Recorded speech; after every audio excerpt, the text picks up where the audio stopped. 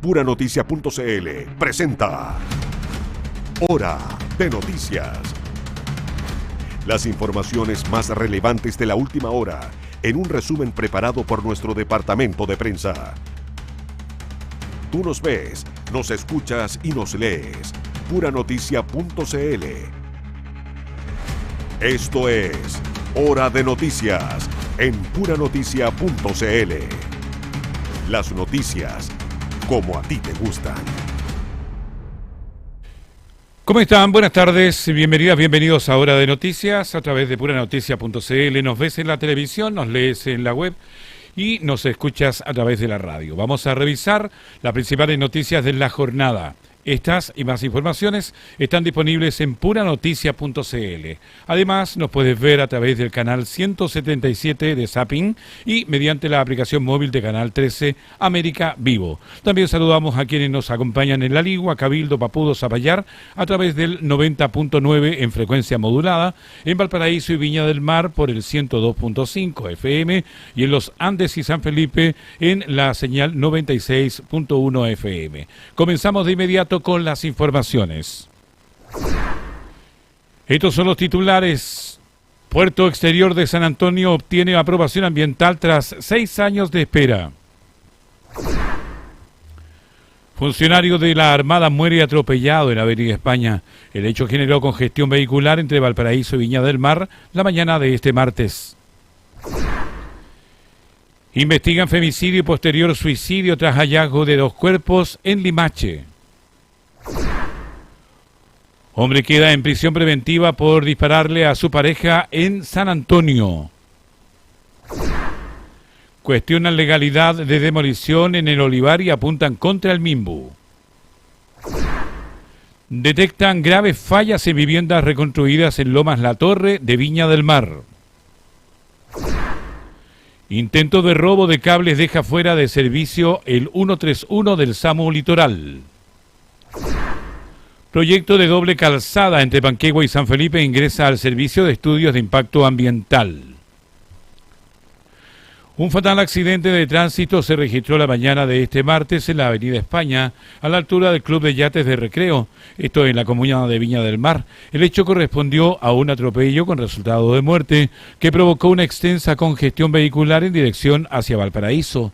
De acuerdo a los antecedentes entregados por la Armada de Chile, el conductor involucrado corresponde a un cabo primero de la institución, quien se dirigía a su lugar de trabajo cuando, por causa que se investigan, impactó a un peatón que falleció en el lugar.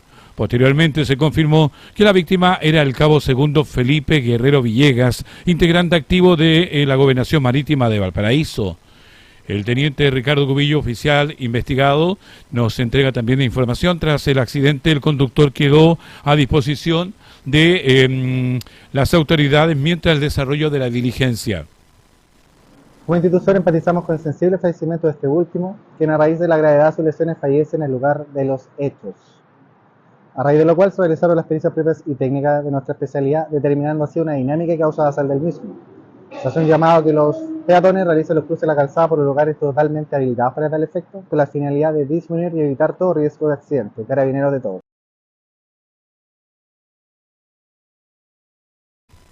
Tras el accidente, el conductor quedó a disposición de las autoridades mientras se desarrollan las diligencias para esclarecer la dinámica del hecho. Además, la Armada informó el inicio de una investigación interna y expresó sus condolencias a la familia y cercanos del funcionario fallecido. El siniestro provocó una kilométrica congestión en Viña del Mar, obligando incluso al cierre de la calle Viana para redireccionar el tránsito hacia Agua Santa. En otras informaciones, aprueban proyecto Puerto Exterior de San Antonio en Comisión Ambiental. Daniel Zunino nos cuenta detalles de esta relevante jornada donde autoridades regionales, comunales y representantes de la empresa Puerto San Antonio valoraron el avance del proyecto de ampliación portuaria más importante del país. Daniel, buenas tardes, bienvenido. ¿Cómo estás, Ricardo? Buenas tardes. A esta hora, siendo las 1:05, tenemos el agrado de informar que la Comisión de Evaluación Ambiental de la región de Valparaíso aprobó de forma unánime el megaproyecto del Puerto Exterior de San Antonio, iniciativa considerada estratégica para el desarrollo logístico, económico y portuario de nuestro país. La decisión estuvo respaldada por un informe consolidado de evaluación favorable emitido por el Servicio de Evaluación Ambiental, poniendo fin a un proceso que se extendió por 6 años y donde el titular del proyecto debió responder cerca de 7.200 exigencias y observaciones formuladas por organismos públicos y la ciudadanía. La aprobación fue encabezada por el delegado presidencial regional Manuel Millones, quien valoró el trabajo técnico realizado y el consenso alcanzado durante la tramitación ambiental. Escuchemos sus palabras. Y finalmente se llega a esta aprobación unánime de todos los comisionados. El Servicio de Evaluación Ambiental recogió en gran parte las inquietudes que se formularon a lo largo de esta tramitación y por tanto estamos muy contentos porque ciertamente es una tremenda inversión de más de 4.450 millones de dólares, que significa triplicar la cantidad de movimientos de contenedores. Tal como escuchamos, este proyecto contempla una inversión total de 4.450 millones de dólares. De ese monto, 1.950 millones serán aportados por el Estado a través de la empresa Portuaria San Antonio para la construcción de un rompeolas de aproximadamente 4 kilómetros, además de obras de acceso dragados, bien digo, y medidas de mitigación ambiental. Los 2.500 millones restantes serán financiados por el sector privado mediante concesiones destinadas a la construcción y operación de los terminales portuarios. El alcalde de San Antonio, Omar Vera, destacó el impacto económico y territorial que tendrá esta iniciativa para la comuna y la región. Escuchemos también sus palabras. Quiero valorar lo que hoy se ha producido aquí en la delegación regional de Valparaíso en términos de aprobar el proyecto de Puerto Exterior en el marco del Servicio de Evaluación Ambiental. Un proyecto de real envergadura que indudablemente va a provocar desarrollo territorial, económico y social. La iniciativa contempla 2 terminales semiautomatizados que permitirán al régimen transferir hasta 6 millones de contenedores al año, duplicando la capacidad portuaria del país y consolidando San Antonio como uno de los principales polos logísticos de Sudamérica. Desde el gobierno también remarcaron la importancia que tendrá el proyecto para la generación de empleo y desarrollo económico provincial. Escuchemos palabras de la delegada provincial Soledad Loyola. Muy contenta porque esto es muy significativo para la provincia de San Antonio en cuanto a desarrollo económico, progreso, como ya se señaló antes, esto triplicará la inversión y triplicará también lo que es la importación e exportación de TEUs en el puerto de San Antonio. Esto es importante porque generará empleo para la ciudadanía que tanto lo necesita en la provincia de San Antonio. Según las proyecciones, Ricardo, durante la etapa de construcción se requerirá un promedio cercano a 1.500 trabajadores con PICs de hasta 2.800 empleos. Posteriormente, en operación plena, Puerto Exterior generará más de 2.000 puestos de trabajo directos y delegados a la actividad portuaria, además de miles de empleos asociados a la logística, transporte, comercio y servicios. El Seremi de Transportes, Matías Valenzuela, destacó que esta aprobación representa un avance clave para fortalecer la infraestructura estratégica de nuestro país. Escuchemos sus palabras también. Sí, es un paso muy significativo en lo que es la logística de nuestro país. Evidentemente estamos hablando de una importancia mayor para lo que es nuestra región, estamos hablando de uno de los 2 puertos más importantes de la región, pero evidentemente también estamos hablando de una mirada estratégica en lo que es la logística nacional. Y esto implica evidentemente el desarrollo de una importación y exportación de gran nivel. Estamos hablando de un puerto de contenedores. Hablemos de plazos porque el cronograma contempla que la primera etapa del proyecto podría entrar en operación hacia el año 2036, mientras que el funcionamiento total del puerto exterior está proyectado para el año 2046, 20 años más. Finalmente, el gerente general interino de Empresa Portuaria San Antonio, Fernando Gajardo, valoró que la aprobación ambiental reconoce la solidez técnica y ambiental del proyecto tras años de evaluación y participación ciudadana. Escuchemos también sus palabras de Fernando Gajardo. El desafío ahora es importante para nosotros, toda vez que ya iniciamos el proceso de licitación y un día con esta calificación nos encontramos en una nueva etapa donde prontamente esperamos recibir ofertas y tener oferentes calificados para poder desarrollar este proyecto. Tras la obtención de esta RCA, ahora continuará el proyecto de licitación, el proceso de licitación, bien digo, internacional para las obras habilitantes del proyecto, cuyo inicio está proyectado para el año 2027, Ricardo. Importante información, Daniel, que se entrega para la región de Valparaíso. Importante nota también. Y vamos a tomar contacto nuevamente contigo en cualquier otro instante. Que esté muy bien. Gracias, buenas tardes. Vamos a cambiar de tema porque una mujer fue encontrada asesinada y su pareja apareció ahorcada en el sector de Los Maitenes, en la comuna de Limache, en un caso que preliminarmente es investigado como un femicidio consumado seguido de un suicidio. Según informa la Fiscalía, la víctima presentaba graves lesiones provocadas con un elemento contundente, aparentemente una piedra, además de una profunda herida en el cuello. En tanto, el hombre fue hallado colgado desde un árbol en lo que sería una acción suicidia posterior al crimen. El fiscal jefe de Limache, Guillermo Sánchez, explicó que existen antecedentes preliminares sobre una discusión entre ambos antes del ataque. Una mujer fue encontrada asesinada y su pareja apareció ahorcada en el sector Los Maitenes de Limache, en un caso que preliminarmente es investigado como un femicidio consumado seguido de suicidio. Según informó la Fiscalía, la víctima presentaba graves lesiones provocadas con un elemento contundente, aparentemente una piedra, además de una profunda herida en el cuello. En tanto, el hombre fue hallado colgado desde un árbol en lo que sería una acción suicida posterior al crimen. El fiscal jefe de Limache, Guillermo Sánchez, explicó que existen antecedentes preliminares sobre una discusión entre ambos antes del ataque. El contexto de este delito, estas dos personas eran pareja hace más de 20 años y el día de ayer, en horas de la tarde, se inicia una discusión motivada por celos donde él le propina las lesiones antes señaladas, provocándole la muerte, y posteriormente, a escasos metros del lugar, él se quita la vida ahorcándose desde la rama de un árbol. Todas estas diligencias fueron puestas a disposición del Ministerio Público.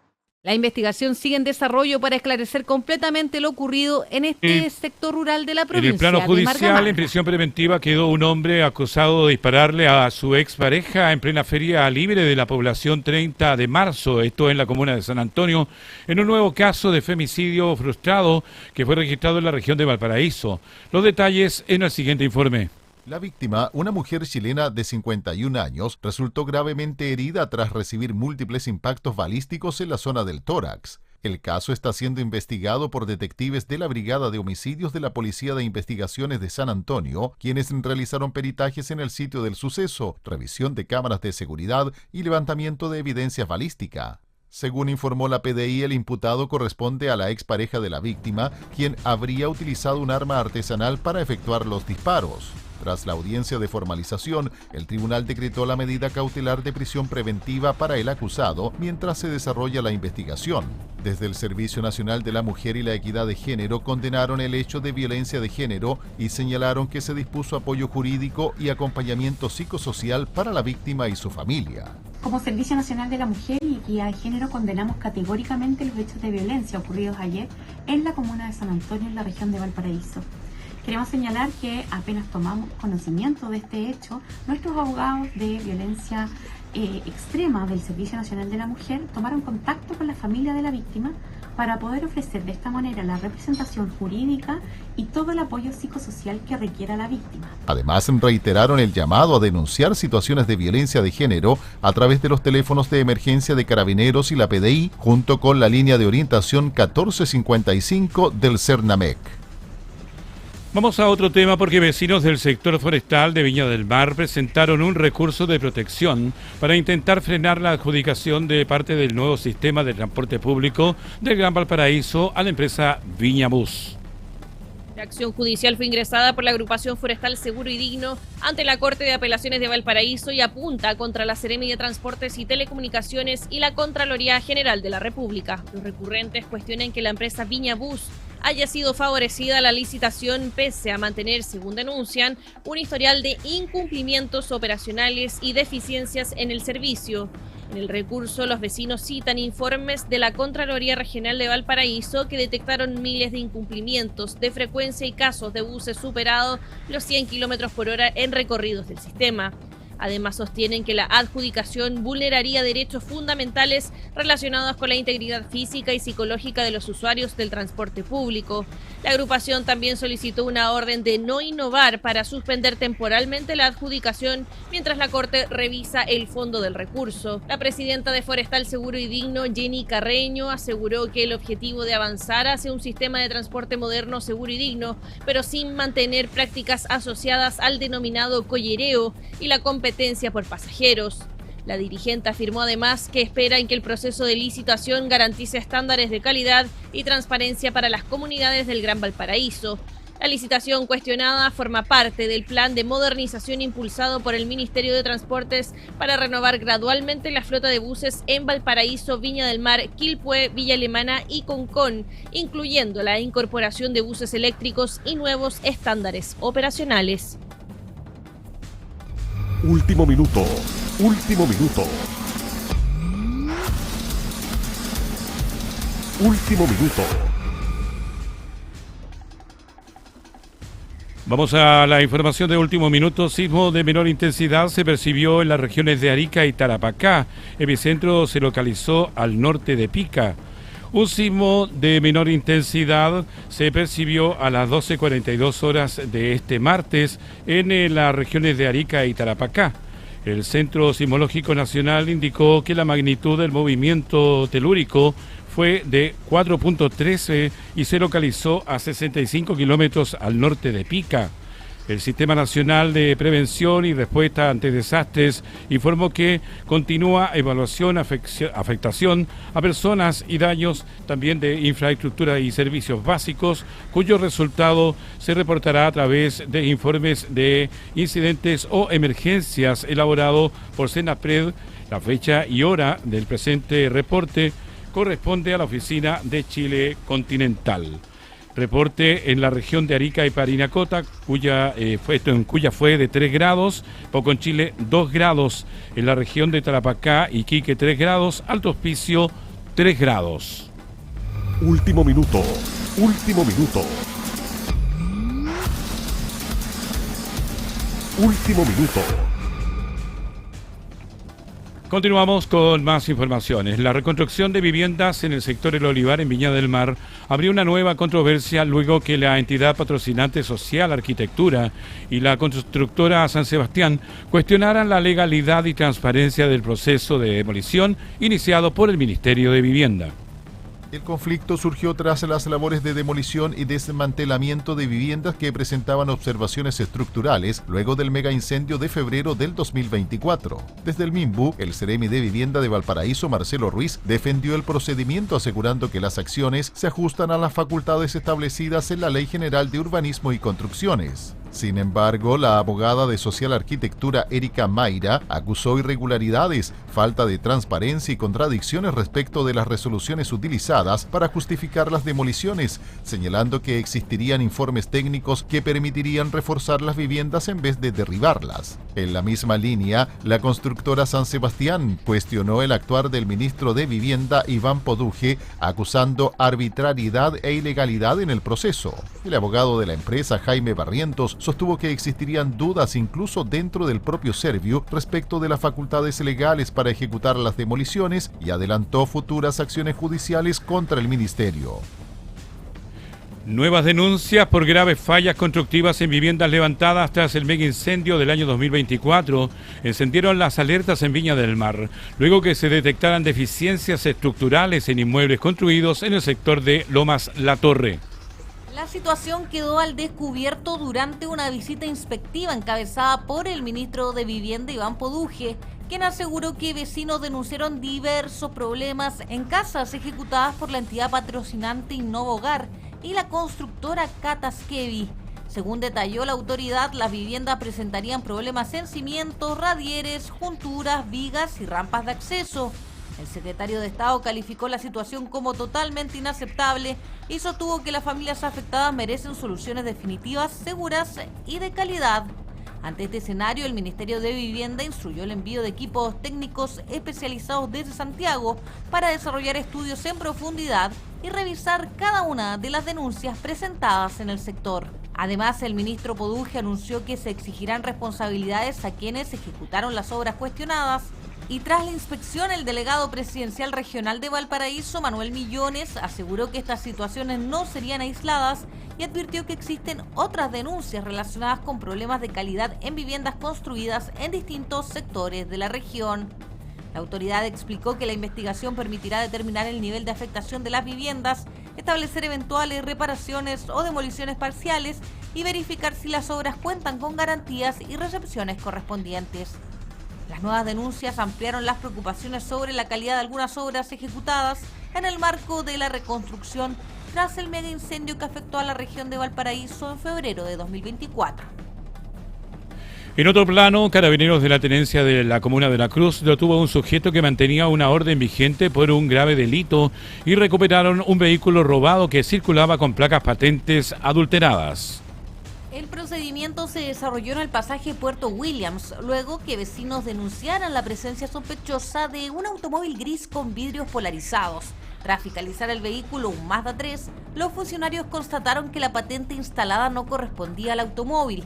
Y al revisar los antecedentes, Carabineros verificó que el conductor, un hombre chileno de 27 años, mantenía una orden vigente por el delito de robo con retención de víctimas o lesiones graves. Además, se estableció que el automóvil registraba el cargo por robo con intimidación con arma de fuego desde abril pasado en la comuna de Concón. Durante el operativo también se encontraron distintas especies al interior del vehículo que estarían vinculadas a la comisión de otros ilícitos, mientras que el imputado quedó a disposición del Ministerio Público para su control de detención. Un intento de robo de cables registrado durante la madrugada dejó fuera de servicio el número de emergencia 131 del SAMU Litoral de Valparaíso, obligando a activar un plan de contingencia para mantener la atención de urgencias médicas. Los detalles en el siguiente informe.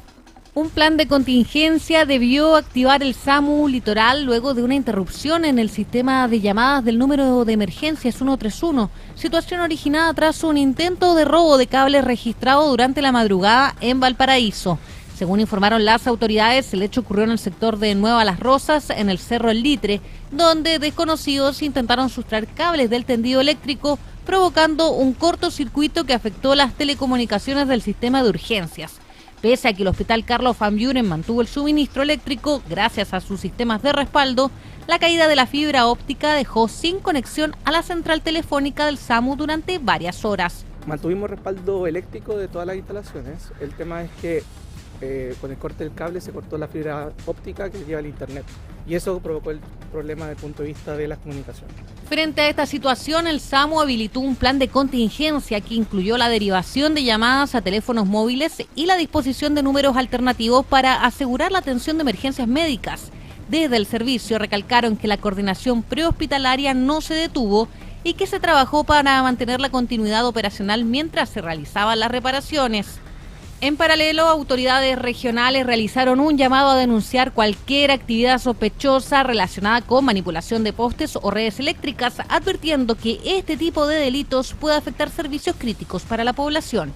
Ya hacer un llamado a los vecinos que cuando detecten cualquier anormalidad de gente que se esté subiendo a los postes, gente que esté interviniendo las redes eléctricas o que esté interviniendo las tapas de las cámaras de las redes eléctricas que hay acá en Valparaíso, avisen oportunamente a la empresa Chilquinta, a Carabineros o a quien corresponda. Finalmente, las autoridades informaron que el suministro eléctrico ya fue restablecido y que continúan monitoreando el funcionamiento del sistema de emergencias.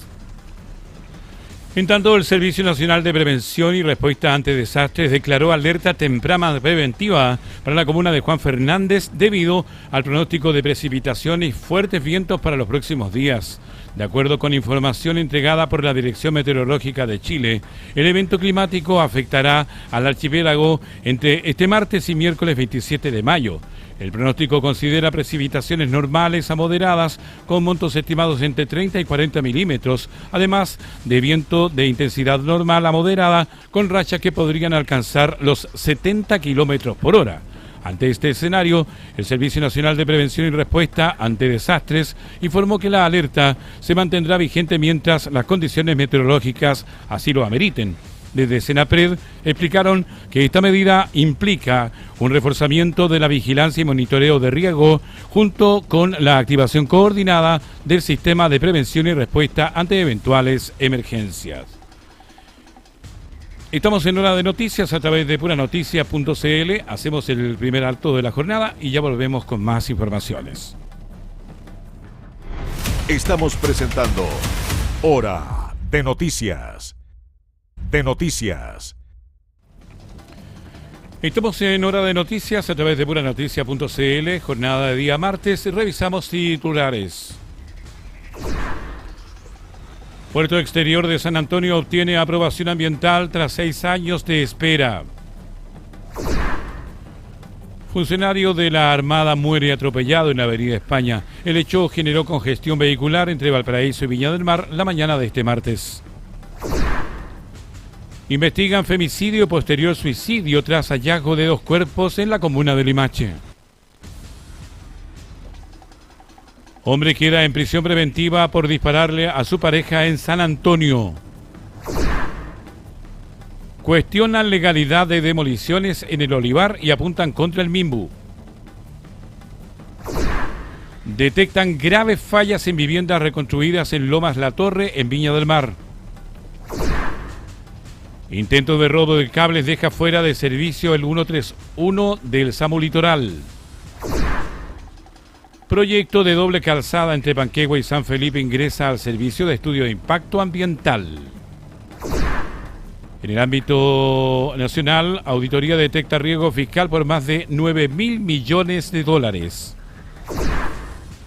Gobierno presiona por avance de la mega reforma y advierte suma urgencia.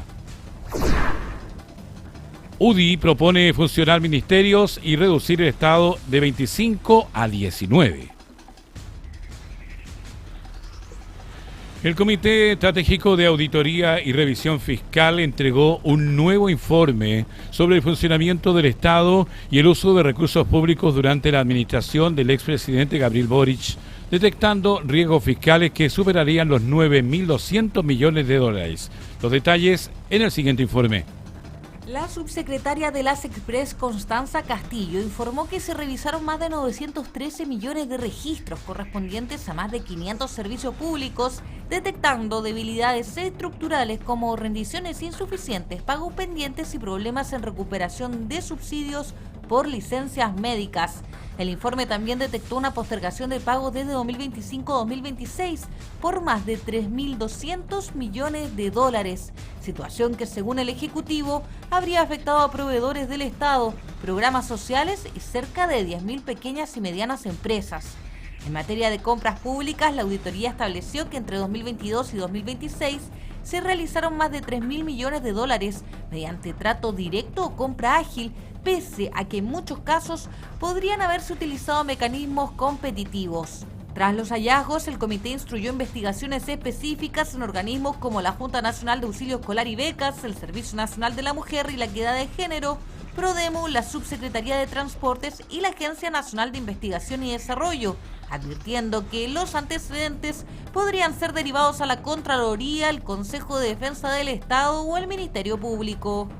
Las conclusiones del informe generaron reacciones políticas inmediatas. La jefa de bancada del Frente Amplio, Gael Jomans, calificó el reporte como un voladero de luces y acusó al gobierno de intentar responsabilizar a la administración anterior para evitar abordar las proyecciones de crecimiento y la meta fiscal. Este primer informe de finanzas públicas del gobierno lamentablemente es un voladero de luces que intenta, desde acusaciones que no están fundadas, que no tienen argumentos, que no se basan en nada, hacia el gobierno anterior, simplemente de proyecciones, ocultar lo que a todas luces deja en evidencia este informe. En tanto, el diputado Fernando Ugarte del Partido Republicano defendió la auditoría y aseguró que el Ejecutivo tomó la decisión correcta al transparentar las cifras e investigar posibles irregularidades. Cuando estamos hablando de una diferencia de más de 10.000 millones de dólares en la proyección de deuda pública, no estamos hablando de un detalle técnico. Estamos hablando de la seriedad con que se manejan las finanzas del Estado. Y este gobierno tomó la decisión correcta: transparentarlo, investigarlo y corregirlo. Para profundizar en el impacto de estos antecedentes, tomamos contacto con Carlos Smith, investigador del Centro de Investigación de Empresa y Sociedad de la Universidad del Desarrollo. ¿Cómo está, Carlos? Buenas tardes, bienvenido. Hola, buenas tardes. No, gracias por la invitación. ¿Qué tan grave es el escenario que revela la auditoría respecto al manejo financiero del Estado, Carlos? A ver, yo haría una lectura de, primero decir que esto lo que hace es analizar lo que ya se hizo, ¿ya? ¿Okay? Es distinto a estos 10.000 millones, poco más de 10.000 millones de subestimación, que estaríamos subestimando la deuda. Esto es distinto, estas son cosas que se hicieron.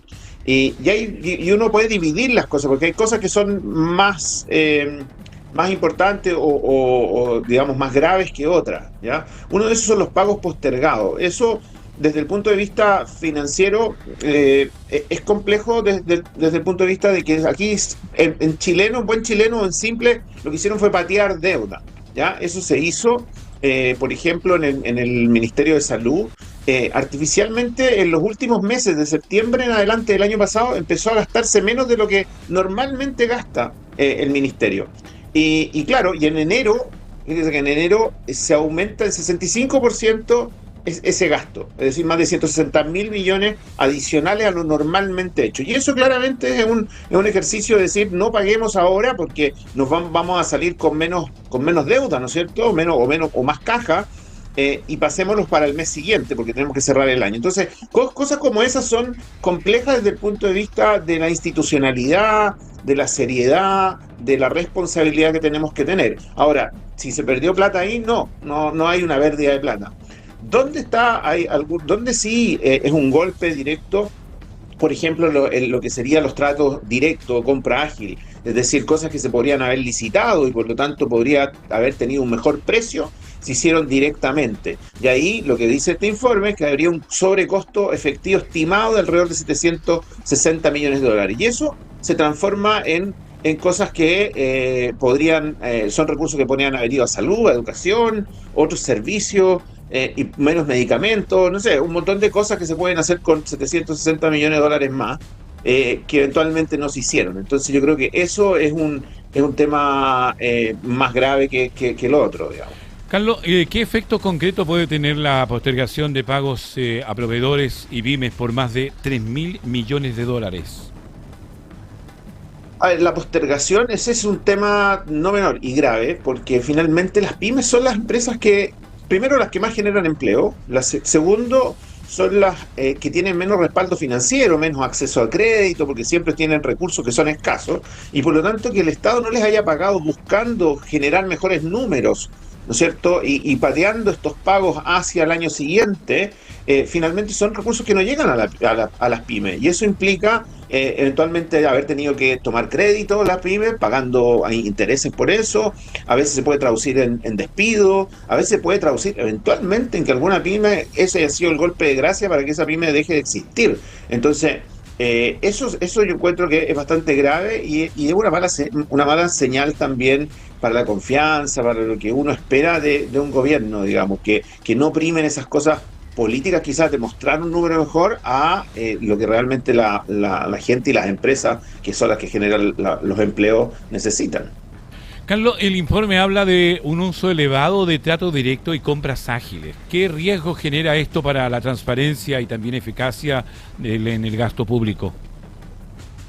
Bueno, ahí es donde en esta parte donde uno podría ver algunos temas que ya entran en el área penal, digamos, eventualmente, ¿no? Porque son recursos que el pagar un sobreprecio, el entregarle recursos a alguien sin obtener, sin hacer uso eficientemente de los recursos, es una cosa que podría tener dolo eventualmente, ¿no? Y por lo tanto, esos recursos, tal como decía antes, esos recursos podrían haberse gastado en otras cosas. Hoy día las necesidades son muchas. Los últimos meses, ¿no es cierto?, nos hemos dedicado un poco a analizar cuál es la situación fiscal, y estos son 760 millones que podrían haber ayudado a muchas personas. El impacto que eso puede tener en las personas, en la vida de las personas, es enorme. Por lo tanto, si eso es así, si realmente... por ejemplo, lo más cuestionado aquí es la Cenabast, el Registro Civil, el Servicio de Salud Sur, etcétera. O sea, son cosas que le llegan a las personas, o sea, que finalmente podríamos tener más remedios o mejores prestaciones por parte del registro civil, etcétera. Entonces, eso pega directamente en la calidad de vida de las personas y eso yo creo que es grave. Conversamos con Carlos Smith, investigador de CIES de la Universidad del Desarrollo.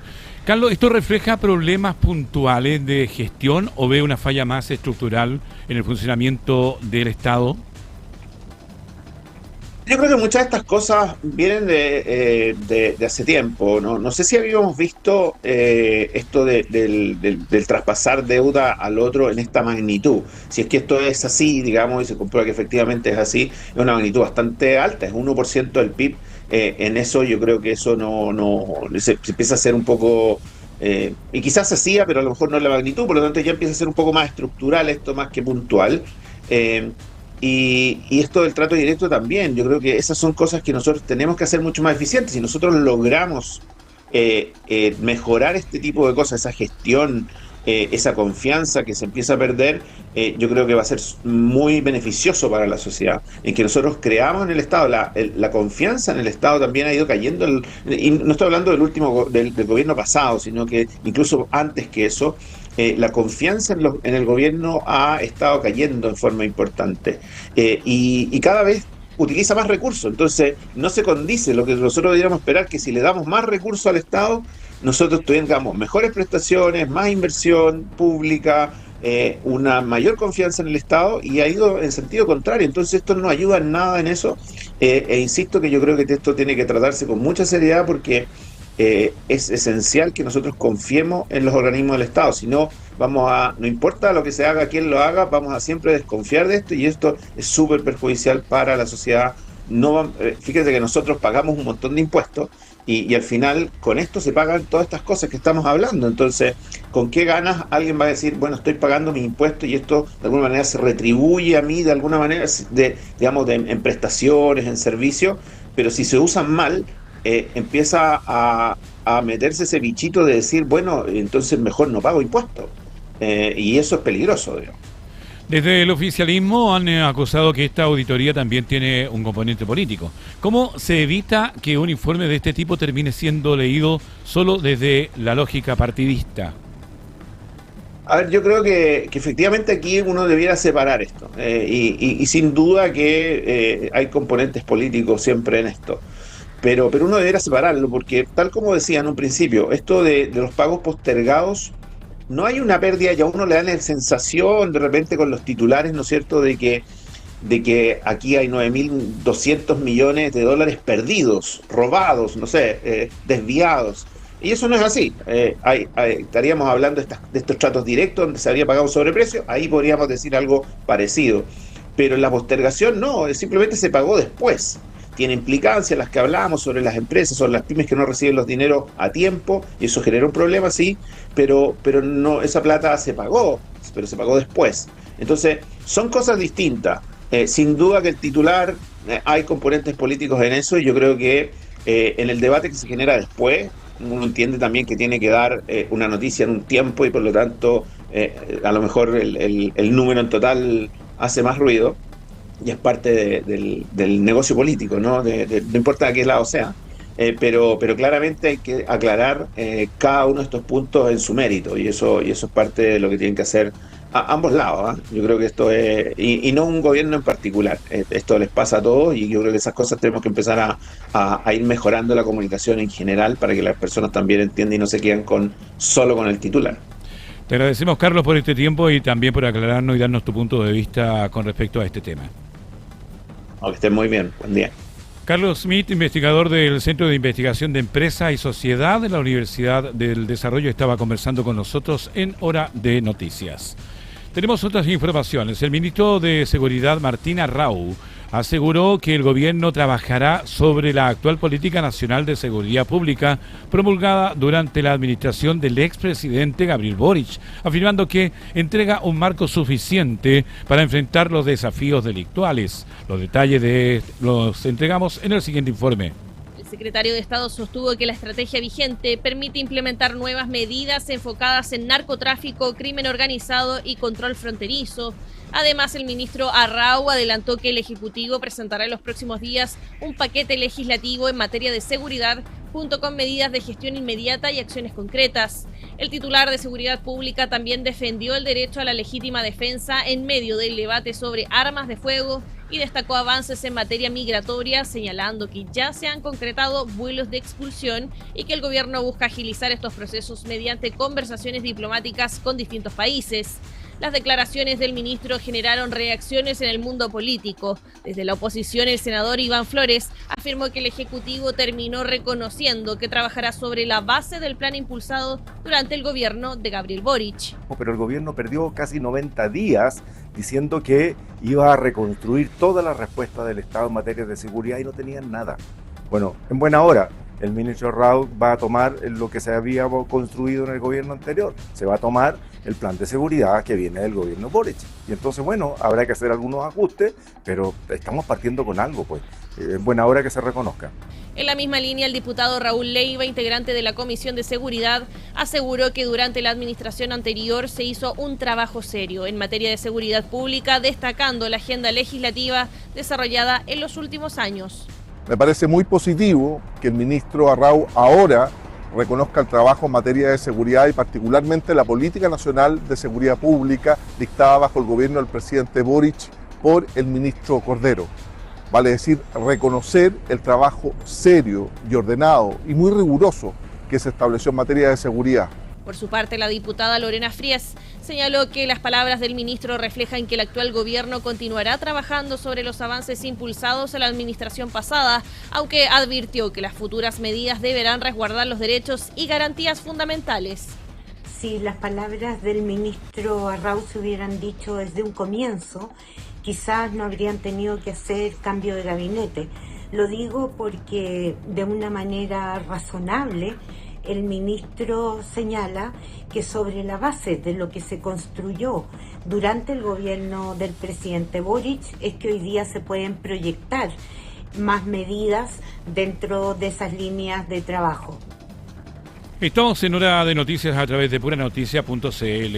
El viceministro del Interior y la Segegov, Claudio Alvarado, advirtió que el gobierno avanzará con su planificación original para aprobar la denominada mega reforma si la oposición no muestra disposición al diálogo en el Congreso. Los detalles en el siguiente informe.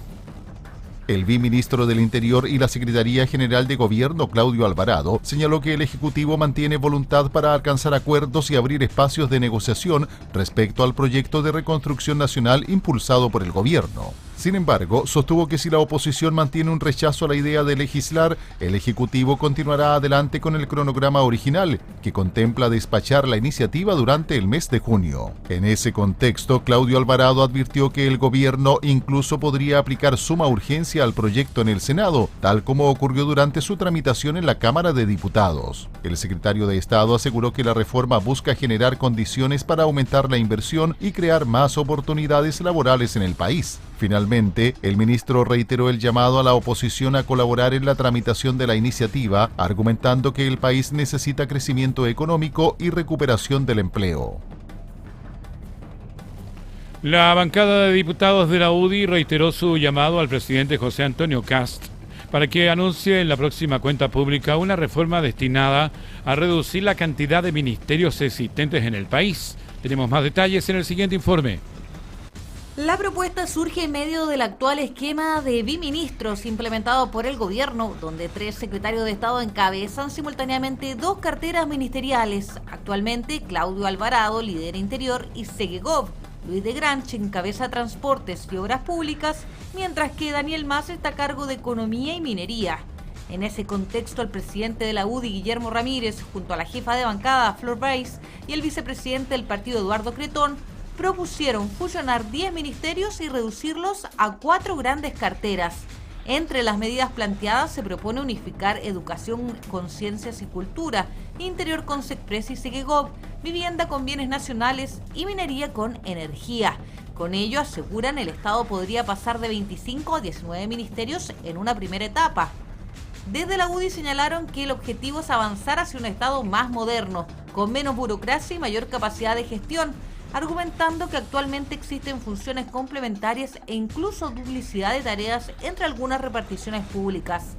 Los parlamentarios también recordaron que durante la discusión de la Ley de Presupuesto 2026 votaron en contra de las partidas de la SECPRES y la SEGEGOV para abrir el debate sobre una eventual fusión ministerial. Vamos a otro tema. Gran preocupación internacional generó el secuestro de integrantes de la flotilla humanitaria Sumud, interceptada en medio de su trayecto hacia Gaza. Entre las personas retenidas se encuentra la chilena Carolina Eltit, quien denunció haber sufrido violencia durante el procedimiento y aseguró presentar lesiones físicas tras lo ocurrido. Para conocer su testimonio y entender cómo vivió este episodio, conversamos con Carolina Eltit, integrante de la flotilla Sumud. ¿Cómo está? Buenas tardes, bienvenida a Hora de Noticias, Carolina. Hola, buenas tardes. Muchas gracias por llamarme y por darme esta visibilidad. Carolina, primero preguntarle cómo te encuentras físicamente y emocionalmente después de todo lo vivido. Físicamente, bueno, estoy en un reposo prolongado. Tengo una desviación en la cervical bastante grave. Estoy con cuello ortopédico, tengo que usarlo por lo menos un par de meses. Tengo una costilla rota y 2 costillas fisuradas y el resto es hematomas, golpes por los golpes y algunas lesiones que son más chicas, digamos. Harto dolor todavía, pero ya agradecida de estar en casa. Psicológicamente, bueno, cuesta mucho dormir. Cada vez que uno trataba de cerrar los ojos mientras estábamos en la cárcel, en el barco cárcel, como le decimos nosotros, ellos tiraban bombas, nos mojaban, empezaban a golpear los contenedores, entonces volver a dormir se ha hecho un poco más difícil. Tratar de cerrar los ojos sin estar alerta o sentir un ruido sin saltar es un poco complicado. Pero Carolina, sí, ¿cómo ocurrió la interceptación de la flotilla? ¿En qué momento entendieron ustedes que estaban siendo retenidos? Nos dimos cuenta cuando, ya sabíamos que saliendo de Turquía y pisando aguas internacionales nos iban a agarrar en algún momento, no iban a permitir que llegáramos a Gaza, pero esta vez éramos el doble barco el año pasado y el año pasado casi se llegó, entonces teníamos muchas esperanzas de poder romper el bloqueo.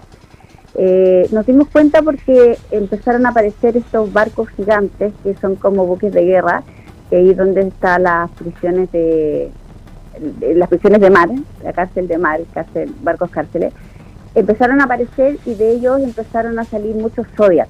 Cada Zodiac tenía unos 15 o 20 soldados adentro, y ya viendo los Zodiac pasar, se escuchaban disparos y todo eso, ya sabíamos que en cualquier minuto nos agarraban. Y también empezamos a perder el contacto con otros compañeros a medida que iban agarrando un barco, cortaban todo tipo de comunicaciones. Entonces ya sabíamos que en cualquier minuto llegaban hacia nosotros porque eran 2 buques de guerra gigantes, estaban muy cerca. Conversamos con Carolina Eltit, chilena secuestrada en la flotilla Sumud. Carolina, ¿qué tipo de trato recibieron durante el secuestro y traslado? Fue horrible, de verdad que fue horrible, pensé que nos iban a matar. Cuando nos agarran en nuestros barcos, nos ponen en los Zodiac, y una vez saliendo ya del Zodiac y te suben a estos buques de guerra, estos barcos cárceles, empieza la peor pesadilla del mundo. Te amarran, te tiran al suelo, te sacan la ropa, te dejan solamente con la ropa básica, como una polera, ponte un pantalón, te sacan los calcetines, los zapatos, los abrigos, todo, te mojan entero y te tienen boca abajo durante un buen rato. Ahí empiezan a golpearte, te empiezan a pegar patadas y luego te agarran amarrados, obviamente, con la cabeza siempre abajo porque no dejan que los miráramos, y ahí como que te quitan el pasaporte, todas tus cosas, y ahí empieza lo peor. Había un contenedor en mi barco, porque habían otros 2 barcos que gracias a Dios no fue tan terrible, pero el mío fue el de la tortura, digamos, y entrabas a ese contenedor, era todo completamente oscuro, te llevaban entre 2 soldados, y ahí al entrar a ese contenedor los golpes eran inhumanos, te pegaban patadas, combos. A mí me agarraron entre 2, uno de cada brazo, me los torcieron obviamente entero, me llevaron corriendo y me estaba esperando alcancé a mirar de reojo, porque la cabeza siempre hacia abajo, era un tipo gigante, yo creo que medía 1,90 m, no sé, y muy gordo, y me pegó 3 golpes en la boca del estómago, me patearon en el suelo, después me tiraron hacia afuera, que es donde estaba el resto de los chicos de la Sumut, y caí como inconsciente, no podía respirar, y ahí corrieron mis compañeros a recogerme. Carolina, ¿cuál era el objetivo principal de esta misión humanitaria hacia Gaza? Habían varios objetivos. La principal era romper el bloqueo que tiene Israel sobre Gaza y poder acceder a llevar ayuda humanitaria, que empieza a andar el corredor humanitario, pero claramente no se logró. El segundo era que se visibilizara y que se volviera a hablar de Gaza, ya que no se estaba hablando de Gaza hace mucho tiempo, y la idea era que la gente ponga sus ojos allá, porque el genocidio sigue y los presos políticos, que son casi 10.000, están sufriendo una barbaridad en las cárceles, están siendo torturados de manera continua, electrocutados, golpeados, hay niños, hay madres, hay padres, y era necesario hacer un movimiento importante para que la gente vuelva a hablar de Gaza. Entonces eran dos, que se vuelva a hablar de Gaza y romper el bloqueo que tiene Israel sobre la franja y poder llevar ayuda humanitaria. Nosotros teníamos un barco con cientos de doctores, era un barco hospital bien grande que se supone queríamos que se quedara ya atendiendo a la gente. Obviamente también fue interceptado, secuestrado en realidad, porque estábamos en aguas internacionales. Carolina, ¿sintieron apoyo o contacto por parte de autoridades chilenas durante estas horas? No, ninguno. En Turquía, gracias a Dios, por iniciativa propia, llegó la cónsul de Turquía, Daniela, y Marco, y ellos nos ofrecieron ayuda, nos pasaron teléfonos para llamar a nuestra familia y nos compraron ropa. Nosotros piensa que estábamos con una ropa hace 4 días, sin papel higiénico, sin agua, sin alimentación. O sea, imagínate el estado en que llegamos allá, y se agradecía mucho una ducha y ropa. Y eso lo hizo la cónsul de Turquía, pero insisto, por iniciativa propia. Y el cónsul en Israel también llamó a nuestros padres y nos estaba esperando en el aeropuerto. No lo vimos de pasar nomás porque estábamos todavía detenidos y nos llevaban los sionistas corriendo. Pero insisto, ambos por iniciativa propia, del gobierno hasta el momento nada. Carolina, el TIT, chilena secuestrada en la flotilla Sumud. Carolina, después de esta experiencia, ¿cómo observas hoy la situación humanitaria que se está viviendo en Gaza? ¿Y volverías a participar en una misión similar pese a lo ocurrido? Lo que está pasando en Gaza es brutal. El mundo mira, pero no hace nada. Gaza resiste y el mundo existe, es como lo que siempre se dice. Todos hacen vista gorda, hablan que en Gaza, pero ni un gobierno, ni un país hace algo realmente por la gente de Gaza. No está entrando ayuda humanitaria, no están entrando medicina, no está entrando comida, la gente está muriendo de hambre, está muriendo de dolor y nadie hace nada. La verdad es que Gaza está completamente olvidado, ahora están todos concentrados en la guerra de Israel con Irán, con el Líbano, y el genocidio en Gaza sigue día a día y no hay ningún tipo de ayuda ni visibilidad. Volvería, no a una misión tan arriesgada como esta, porque ya mostraron los sionistas que no tienen ningún tipo de reparo en hacer el mayor daño posible. Piensa que yo fui golpeada en reiteradas ocasiones, tengo muchas lesiones, pero compañeras salían violadas, abusadas, hombres y mujeres. Después de que te golpeaban en ese contenedor oscuro, te tiraban y muchos salían con pantalón abajo. Y eso era brutal, porque no solamente estaba gente con clavícula quebrada, coxis, habían lesiones muy graves, pero también los abusos sexuales y las violaciones fueron tremendas. Una misión como esta, sabiendo que estos tipos van a hacer lo que quieran y que van a salir completamente impunes, no lo haría. Sí haría algo menos arriesgado y me gustaría seguir haciendo obviamente todo lo que se pueda con ayuda humanitaria, pero con los sionistas lamentablemente uno no se puede enfrentar. Carolina del TIT, agradecerte por este testimonio entregado a esta hora a través de Hora de Noticias. Muchas gracias a ustedes por la llamada y muchas gracias por la visibilidad que le están dando a la Sumut Frutilla y a Gaza. Carolina del TIT, chilena secuestrada en la flotilla Sumud, estaba con nosotros a través de Hora de Noticias en punanoticia.cl. Vamos a otras informaciones porque la Confederación de Estudiantes de Chile convocó a una movilización nacional para el próximo miércoles 3 de junio, a solo días de la primera cuenta pública del presidente José Antonio Kast. A través de un comunicado, la Confederación de Estudiantes de Chile llamó a paralizar y movilizarse por una educación de servicio al país y de las grandes mayorías. Los estudiantes manifestaron su rechazo a iniciativas impulsadas por el gobierno, entre ellas el proyecto Escuelas Protegidas, la denominada Mega Reforma y los recortes presupuestarios en la educación.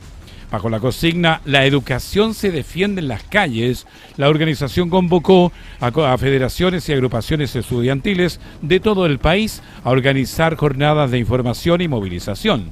La protesta nacional se desarrollará 2 días después de la cuenta pública presidencial y se suma a otras manifestaciones encabezadas por la Confech durante las últimas semanas en rechazo a las políticas educacionales del Ejecutivo.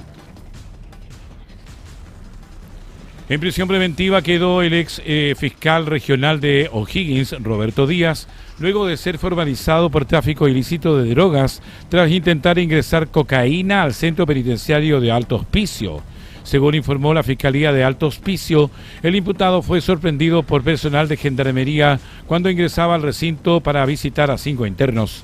Durante la revisión, funcionarios detectaron un paquete oculto entre sus pertenencias, encontrando decenas de dosis de cocaína base y clorhidrato de cocaína, además de dinero en efectivo y una botella de licor. De acuerdo con los antecedentes expuestos en la audiencia, la droga incautada superó los 200 gramos en total. La Fiscalía solicitó la medida cautelar de prisión preventiva argumentando la gravedad de los hechos, especialmente por tratarse de ingresos de droga a un recinto penitenciario. Pese a que la defensa del abogado alegó problemas de salud física y mental, el tribunal acogió la solicitud del Ministerio Público y decretó su prisión preventiva mientras se desarrolla la investigación, cuyo plazo fue fijado en 120 días. Estamos en Hora de Noticias a través de puranoticia.cl, a través de la radio, la televisión y también en la web. Hacemos un nuevo alto y ya estamos de vuelta con más informaciones. Estamos presentando Hora de Noticias. Estamos presentando Hora de Noticias. Estamos de regreso en Hora de Noticias. Vamos con un nuevo bloque, pero antes tenemos titulares. Puerto Exterior de San Antonio obtiene aprobación ambiental tras 6 años de espera. Funcionario de la Armada muere atropellado en Avenida España. El hecho generó congestión vehicular entre Valparaíso y Viña del Mar la mañana de este martes. Investigan femicidio y posterior suicidio tras hallazgo de 2 cuerpos en Limache. Hombre queda en prisión preventiva por dispararle a su pareja en San Antonio. Cuestionan legalidad de demoliciones en el Olivar y apuntan contra el Minbu. Detectan graves fallas en viviendas reconstruidas en Loma La Torre de Viña del Mar. Intento de robo de cables deja fuera de servicio el 131 del SAMU Litoral. Proyecto de doble calzada entre Panquehue y San Felipe ingresa al Servicio de Estudios de Impacto Ambiental. En el ámbito nacional, auditoría detecta riesgo fiscal por más de 9.000 millones de dólares. Gobierno presiona por avance de la mega reforma y advierte suma urgencia. UDI propone fusionar ministerios y reducir el Estado de 25 a 19 carteras. Vamos con las informaciones de este bloque. Un fuerte sismo de magnitud 6.9 se registró la noche de este lunes en el norte del país, generando preocupación en la región de Antofagasta y provocando cortes de suministro eléctrico en distintos sectores. De acuerdo al Centro Sismológico Nacional, el movimiento telúrico tuvo su epicentro a 20 kilómetros al noreste de Calama. A raíz de esta situación, las autoridades suspendieron las clases para este martes en todos los establecimientos educacionales de la comuna, incluyendo recintos públicos particulares subvencionados y privados. La medida buscó facilitar inspecciones preventivas en los colegios para verificar posibles daños y asegurar condiciones adecuadas ante el retorno de estudiantes y funcionarios. En tanto, el CHOA descartó riesgo de tsunami para las costas chilenas. El gobierno salió a defender la viabilidad del proyecto Puerto Exterior de San Antonio, luego de las dudas surgidas respecto de su financiamiento tras declaraciones del ministro de Transporte y Obras Públicas, Luis de Grange. Los detalles de esta información en el siguiente informe. El debate se instaló a pocas horas de una jornada clave para la iniciativa, ya que este martes la Comisión de Evaluación Ambiental de Valparaíso deberá pronunciarse sobre el proyecto impulsado por la empresa portuaria San Antonio, cuya inversión supera los 4.450 millones de dólares. El delegado presidencial regional de Valparaíso, Manuel Millones, aseguró que el proyecto no tiene ningún riesgo y afirmó que una eventual aprobación ambiental facilitará el acceso al financiamiento necesario para concretar la obra. La autoridad explicó que contar con una resolución ambiental favorable entregaría mayor certeza jurídica para gestionar créditos internacionales y respaldo financiero tanto público como privado. Por su parte, el experto en asuntos portuarios, Carlos Mondaca, sostuvo que el país necesita crecer en infraestructura portuaria y señaló que el debate actual está centrado en definir qué proyecto debe desarrollarse primero, Valparaíso o San Antonio. El proyecto Puerto Exterior es considerado una de las iniciativas de infraestructura más ambiciosas y estratégicas para el desarrollo logístico y comercial del país en las próximas décadas. Se llegó a la aprobación unánime de todos los comisionados sobre la aprobación ambiental del proyecto Puerto Exterior de San Antonio, la que volvió a instalarse en debate debido a la capacidad real que tendría la región de Valparaíso para sostener simultáneamente millonarias expansiones portuarias, tanto en San Antonio como Valparaíso, mientras algunos expertos advierten que aún no existen cifras claras que justifiquen ambas inversiones al mismo tiempo. Otros destacan el impacto positivo que estos proyectos podrían generar en empleo, logística y de desarrollo regional. Escuchemos la entrevista realizada por Puranoticia.cl a Álvaro Peña, director de la Escuela de Ingeniería en Construcción de la Pontificia Universidad Católica de Valparaíso. Y queremos conocer también tu visión, porque hoy día el desarrollo portuario no necesariamente se centra en nuestra región, en Valparaíso y en San Antonio, sino también que en el norte del país. ¿A dónde debiesen crecer los puertos en Chile, Álvaro? Hola, buenos días. Sí, la verdad que es complicada esa pregunta porque podríamos decir que existen dos visiones, ¿eh? La primera, en la que se trata de buscar lo que está haciendo el Estado, ya desde el gobierno pasado, incluso desde los anteriores, con la expansión de San Antonio a prácticamente multiplicar por varias cifras la producción. Y todo lo que tiene que ver con los terminales que se quieren construir y por otro lado, robustecer, por así decirlo, la cadena logística nacional y en particular lo que tenemos nosotros en el norte con el corredor bioceánico, sobre todo con la industria del hidrógeno verde que tanto en Magallanes como en la región de Antofagasta se están planteando. Entonces, esas dos visiones, con la estrechez económica que se ha planteado por varios lados y por varios ministros que tiene el país, creo que es un escenario complicado, ¿ah? O sea, por un lado, tratar de desacelerar la propuesta que se traigan los presidentes anteriores respecto al puerto de San Antonio, esa es una de las visiones, y la otra es generar una planificación logística nacional, que es la otra. Entonces, yo creo que estamos en una disyuntiva importante. Mi opinión personal, yo creo que se puede abordar ambos aspectos. Probablemente la inversión del Estado, que estamos hablando que este proyecto de San Antonio son más de 4.000 millones de dólares y donde el Estado aproximadamente tiene que tener una participación cercana a los 2.000 millones. No es tan fácil, sobre todo con los escenarios internacionales de financiación. Va a haber que hacer algunas negociaciones internacionales para esto. Y probablemente se puedan comenzar con la última milla, por ejemplo, en temas de infraestructura, mejorar todo lo que tiene que ver con seguridad y con logística, y de ahí ir avanzando de a poco y gradualmente respecto a lo que tiene que ver, por ejemplo, con obras menores, todo lo que tiene que ver con las garantías para poder hacer el rompeolas, que es el que le da la robustez a este proyecto. O sea, trabajar con aguas abrigadas, trabajar con este nivel de inversión, significa que el rompeolas pasa a ser la infraestructura crítica para construirla, y esa radica en inversión del Estado. Exactamente, estamos con Álvaro Peña, director de la Escuela de Ingeniería en Construcción de la Pontificia Universidad Católica de Valparaíso. Hoy día es día clave para cierto lo que es el proyecto de la empresa portuaria San Antonio, un proyecto de 4.450 millones de dólares. El Estado tiene que colocar 2.000 millones de pesos, ¿cierto? Por lo que tú decías, para construir este molo. Pero también tú dijiste un punto clave, Álvaro.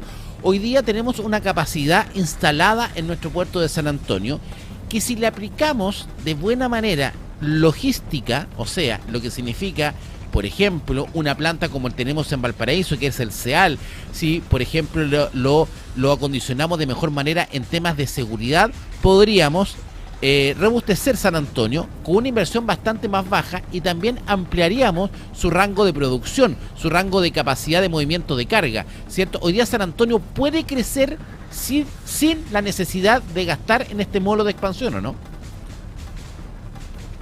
Sí, bueno, lo que apunta es efectivo. Varias personas importantes, influyentes lo han manifestado. Sobre todo el análisis fino respecto a costos, capacidades proyectadas, plazos, para tener evidencia, para sostener esta decisión, yo creo que es riguroso. Lo que comentabas tú al comienzo, lo que tiene que ver con mejoras en la cadena logística y seguridad en San Antonio, también es importante. Y lo otro, yo creo que tiene que haber una infraestructura que ojalá esté bien utilizada. No quiero decir que esté subutilizada, pero probablemente con algunas mejoras en la que tú decías, en la cadena logística, en estaciones de transferencia, mejoren esta eficiencia y así también preparen de mejor forma las condiciones de inversión. Entonces, yo creo que se podrían avanzar, ya que se va a estar en esta tramitación ambiental y probablemente haya que cumplir con algunos compromisos ambientales para abordar este tipo de obras. Probablemente se puedan hacer una priorización de etapas en las cuales se comience con obras como la que tú estás comentando. Ahora, y en el caso de Valparaíso, porque acá también nosotros hablamos de una expansión, ¿cierto?, al sector de San Mateo, sobre todo, que nos permitiría generar un segundo patio de contenedores y que nos permitiría también mejorar, no sé qué tanto más, digamos, porque hoy día la capacidad de movimiento de carga que tiene el puerto de Valparaíso por metro cuadrado es realmente impresionante, es uno de los mejores del mundo, ¿cierto? Pero quizá la gran problemática de Valparaíso es que no se para ante San Antonio como uno más, sino que esta dualidad de tener dos operadores ha sido un problema y es poco atractivo para atraer un gran inversor extranjero. Valparaíso debiese definitivamente tener un solo monooperador, ¿o no? Sí, bueno, eso es una decisión estratégica, política incluso. A veces es bueno tener dos competidores, pero lo que se ha sostenido es que a lo mejor con un monooperador se ayuda y se mejora la eficiencia. Son dos visiones. Ahí hay que tener un cuidado y en mi caso no me gustaría aventurarme con una decisión. Lo que sí es importante que San Antonio ya hace varios años ya ha duplicado las capacidades que tiene Valparaíso. Por lo tanto, una ampliación robusta de ambos puertos a la vez, no sé si están los números para demostrar que existe una demanda para sostener este tipo de inversiones inmediatas en los dos. Pero con la variable que se estaba comentando, ya sea en Magallanes, con hidrógeno verde, con Antofagasta, el corredor bioceánico, Mejillones, etcétera. O sea, los números hay que sincerarlos bien. Pensar que todo esto también ha salido por la expansión que ha tenido Perú con su puerto, Chancay, en el que se ha visto como una suerte de amenaza. Yo no sé si realmente sea una amenaza directa, no lo tengo tan claro, pero por eso yo creo que esta discusión se ha elevado y se ha tomado un tono de preocupación. Tú tocaste un tema fundamental. Estamos con Álvaro Peña, director de la Escuela de Ingeniería en Construcción de la Pontificia Universidad Católica de Valparaíso. Álvaro, que es el tema de la demanda. No sacamos nada con tener dos grandes puertos grandes, ¿cierto? Con múltiples sitios, un gran monooperador a lo mejor en Valparaíso, si no tenemos carga que mover. Y cuando hablamos de demanda, le contamos a nuestros auditores y televidentes eso. ¿De dónde sacamos carga? ¿Y dónde está la carga hoy día? ¿Por qué nuestros puertos que dan al Pacífico son tan interesantes a pesar que Chile es tan flaquito? Porque sacamos y podemos sacar la carga de Argentina y Brasil. porque Argentina y Brasil quedan en el Atlántico, ¿cierto? No tienen salida al Pacífico. Y si colocamos una línea férrea, si hacemos conectores con este corredor bioceánico, podemos sacar su carga por nuestros puertos y ahí está el atractivo. Y por eso entra la competencia del puerto Chancay. Por eso los chinos invierten en Perú. Y por eso nosotros debiésemos estar mirando al norte, ¿o no, Álvaro? Claro, eso es una mirada geopolítica que incluso muchas veces tiene una lógica similar a la de los aeropuertos. Pensar que nuestro aeropuerto, por mucho que queramos mejorar y expandirlo, no termina siendo realmente un hub por su ubicación estratégica. Ahí Sao Paulo, México, Panamá incluso tienen una mejor ubicación geopolítica y que de alguna forma repercute a los aspectos de puertos. En los puertos, para poder ser hub y para poder ser un polo de distribución, la ubicación geográfica es relevante. Estamos en Hora de Noticias a través de puranoticia.cl. Vamos a otro tema. El Centro Zonal de Meteorología Marina de Valparaíso emitió un aviso de marejadas que afectará desde el Golfo de Arauco hasta Arica, incluyendo el archipiélago de Juan Fernández. El fenómeno comenzó este martes 26 de mayo y se extenderá hasta el día viernes 29, generando oleajes oeste-suroeste en distintos puntos del litoral. Según explicó el capitán de fragata Carlos Gaete, estas condiciones se originan debido a un activo sistema frontal en el sector oceánico, lo que provocará rompientes en bahía abierta en esa dirección. Además, indicó que el mayor desarrollo del fenómeno se presentará durante los horarios de pleamar, especialmente entre las 8 y las 10 horas y entre las 20 y las 22 horas. A la comunidad la emisión de un nuevo aviso de marejadas que afectará el área comprendida entre Golfo de Arauco hasta Arica, incluyendo el archipiélago Juan Fernández.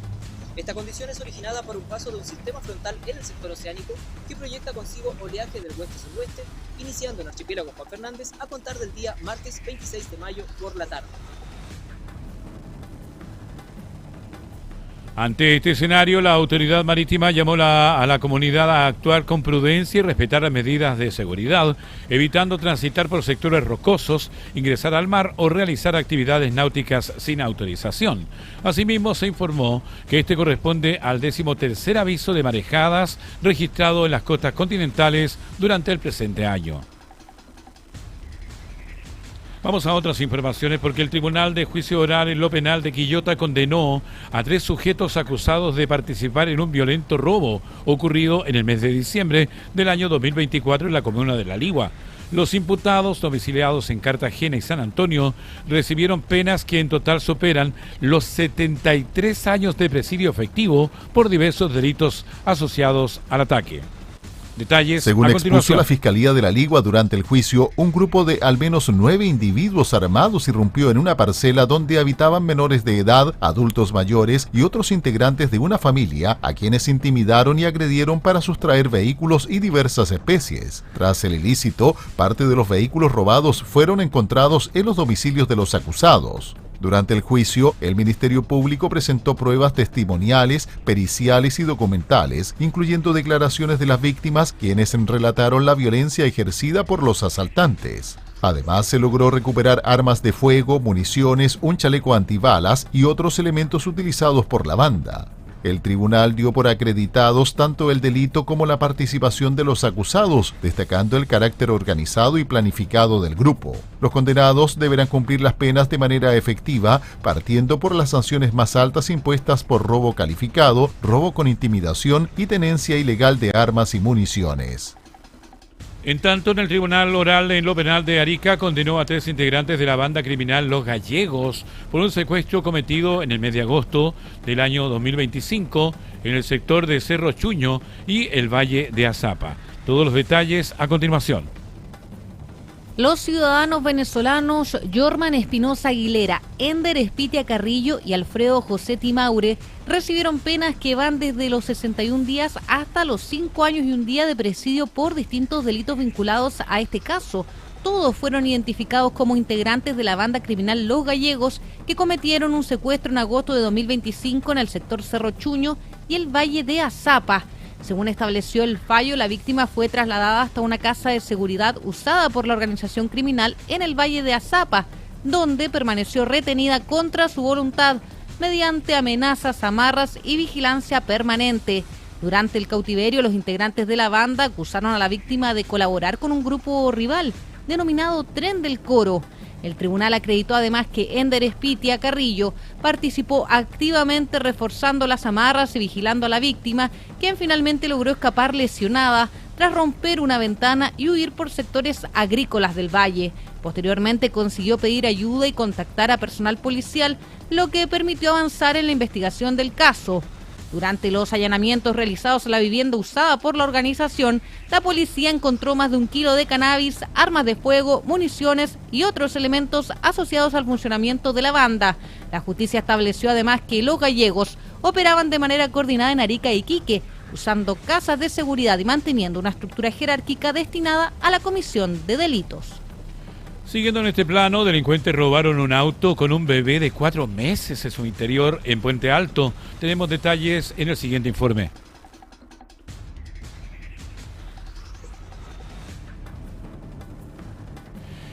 Y bueno, importante es contar que este fue un acto delictual que sucedió en la jornada de la madrugada del día de hoy. Precisamente a las 23 horas del día de ayer fue cuando una madre con su hijo y su mamá transitaban por una de las comunas como es Puente Alto y fueron interceptadas por este grupo de delincuentes, quienes le quitaron el vehículo a la señora en cuestión y luego se fueron con él y con el bebé a bordo. Lo que impidió esto fue que había un cortacorriente, así que momentos de extrema tensión se vivieron en la comuna de Puente Alto, luego que, como decíamos, una banda de delincuentes robara un auto y con un bebé en su interior apenas de 4 meses. El hecho ocurrió cuando una mujer que llegaba a su domicilio junto a su hija fue interceptada por antisociales armados. De acuerdo a los antecedentes entregados por Carabineros, el grupo de sujetos había intentado previamente cometer un robo en la intersección de la calle Río Nahuele con Yelcho, sin éxito. Minutos más tarde volvieron a actuar en calle Lago de Todos los Santos, donde intimidaron a la conductora con armas de fuego y le sustrajeron el automóvil. La víctima no alcanzó a sacar a la lactante del vehículo, por lo que comenzó a pedir ayuda desesperadamente. Vecinos del sector reaccionaron rápidamente y persiguieron a los delincuentes, quienes escaparon a bordo del automóvil robado. Sin embargo, el vehículo avanzó solo algunos metros debido a la activación del sistema cortacorriente. Finalmente fue encontrado abandonado en la avenida Camilo Enrique, con la menor en su interior y sin lesiones. Carabineros inició las diligencias para dar con el paradero de los responsables de este delito. Estamos en Hora de Noticias a través de puranoticias.cl. Recuerde que usted nos ve en la televisión, nos escucha en la radio, nos lee en la web. Tenemos más informaciones y precisamente una de las obras más esperadas para mejorar la conectividad y seguridad vial en el Valle de la Aconcagua dio un nuevo paso. Se trata del proyecto de ampliación de la ruta 60CH entre Panquehua y San Felipe. En la siguiente nota vamos a revisar más detalles. El proyecto de ampliación a doble calzada de la ruta 60CH entre las comunas de Panquehua y San Felipe ingresó recientemente al sistema de evaluación de impacto ambiental, marcando un importante avance para concretar una obra largamente esperada en el Valle de Aconcagua. La iniciativa contempla la construcción de una doble vía en un tramo de 20,9 kilómetros con el objetivo de mejorar la conectividad y entregar mayor seguridad vial a quienes transitan diariamente por esta importante ruta bioceánica que une el puerto de Valparaíso con el puerto terrestre de los Andes. Desde la Municipalidad de Panquehue destacaron que el proyecto permitirá contar con infraestructura de alto estándar y responder a una demanda histórica de la comunidad. En ese contexto, el alcalde Gonzalo Vergara valoró que las observaciones planteadas por vecinos y autoridades locales hayan sido consideradas en esta nueva etapa. La autoridad comunal señaló que el avance del proyecto podría traducirse en menos accidentes y una circulación más segura en una vía que por años ha sido catalogada como peligrosa. Además, insistió en la necesidad de agilizar el proceso para concretar cuanto antes una obra considerada clave para el desarrollo del Valle de Aconcagua. Importante información para la gente del Valle de la Aconcagua y también para quienes transitan en la vía internacional de la ruta 60CH. Vamos a hacer un pequeño alto y ya estamos de vuelta con más informaciones en Hora de Noticias. Ya volvemos. Estamos presentando Hora de Noticias. Estamos presentando Hora de Noticias. Las 14 horas con 31 minutos estamos en Hora de Noticias a través de puranoticias.cl. Revisamos a continuación el portal de Pura Noticia. Ya comienza a desplegarse en nuestra pantalla el titular principal en esta jornada. Mujer fue asesinada con una piedra y su pareja apareció ahorcada en Limache. Se investiga un femicidio con posterior suicidio. El fiscal jefe de Limache, Guillermo Sánchez, confirmó que las víctimas eran pareja y que la investigación sigue en desarrollo a la espera de los peritajes solicitados por la PDI.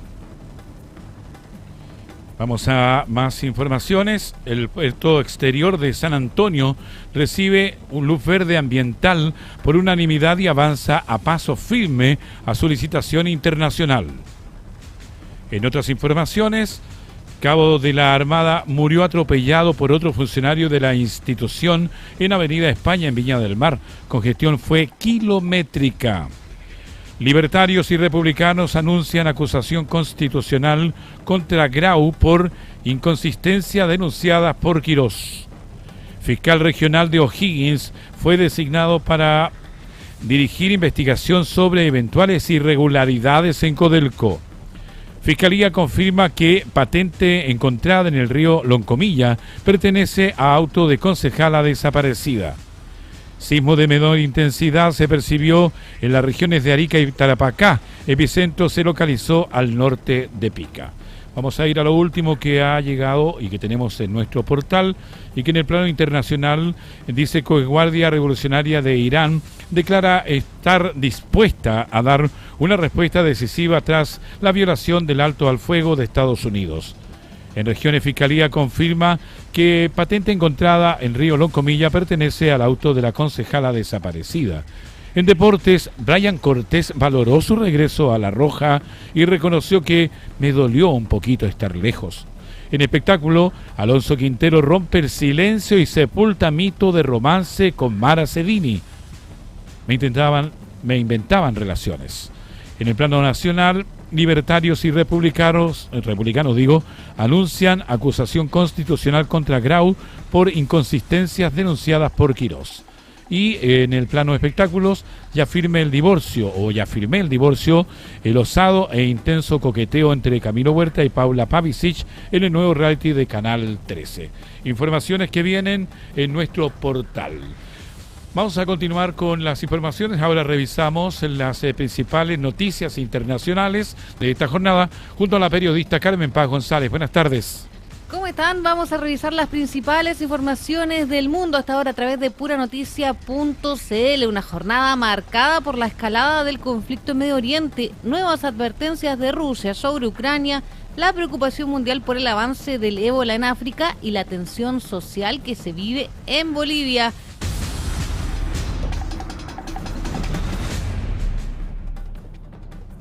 Comenzamos de inmediato en Medio Oriente, donde durante las últimas horas aumentó nuevamente la tensión. Esto luego que Estados Unidos realizara ataques contra objetivos ubicados en el sur de Irán, mientras Israel intensificó sus operaciones militares en el Líbano. Según informó el mando central estadounidense, las ofensivas fueron ejecutadas como acciones defensivas destinadas a proteger a tropas norteamericanas frente a amenazas atribuidas a fuerzas iraníes. Los ataques se concentraron en las cercanías de Bandar Abbas, una zona estratégica próxima al estrecho de Hormuz, uno de los puntos marítimos más sensibles del planeta debido al tránsito internacional de petróleo y mercancías. Todo esto ocurre además en medio de las negociaciones que mantienen Washington y Teherán para intentar alcanzar un nuevo acuerdo nuclear y avanzar en la reapertura de rutas marítimas claves para el comercio internacional.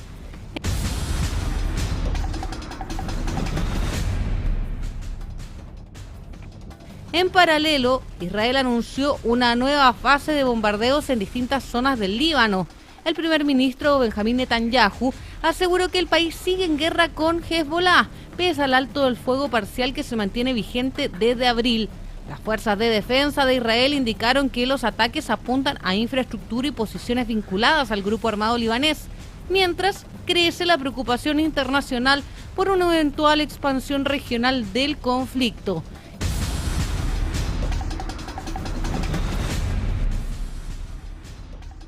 Y desde Europa Oriental, Rusia lanzó una dura advertencia respecto a la situación en Ucrania.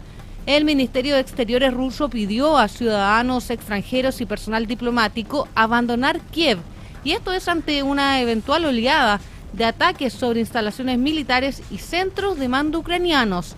Moscú aseguró que estas ofensivas responderían a recientes ataques realizados por Ucrania en Lugansk, territorio ocupado por Rusia, donde más de 20 personas murieron tras una ofensiva contra una residencia estudiantil.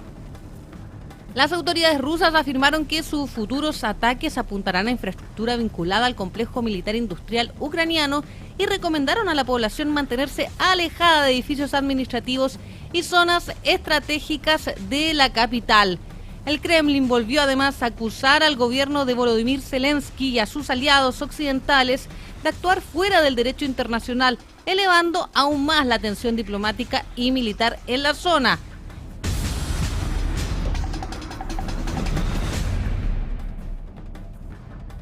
Y vamos a cambiar completamente de tema. Seguimos revisando información internacional en puranoticias.cl.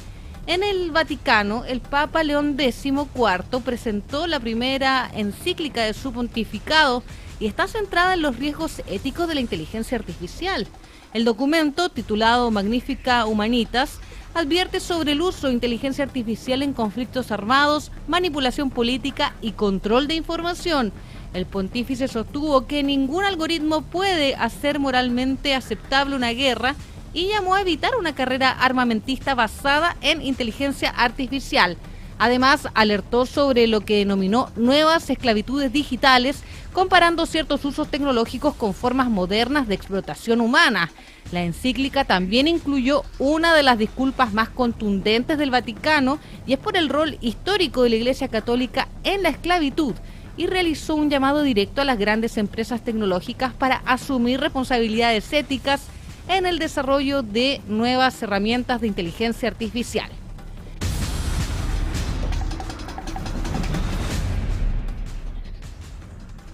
Continuamos con el ámbito internacional y en Bolivia continúa la preocupación por la violencia asociada a los bloqueos de carreteras y protestas sociales.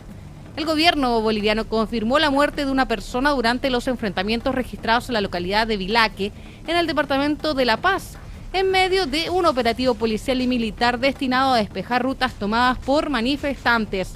La víctima fue identificada como Víctor Cruz Quispe, un joven de 24 años que falleció producto de un impacto balístico. Y con este caso ya suman 5 las personas fallecidas en el contexto de las violentas protestas protagonizadas por campesinos y obreros en distintos puntos del país. Desde el Ejecutivo informaron que se abrió una investigación que es para esclarecer las circunstancias de la muerte y determinar eventuales responsabilidades. En tanto, la Iglesia Católica, la Defensoría del Pueblo y organismos de derechos humanos hicieron un llamado urgente, es a detener la violencia y avanzar en una solución pacífica al conflicto.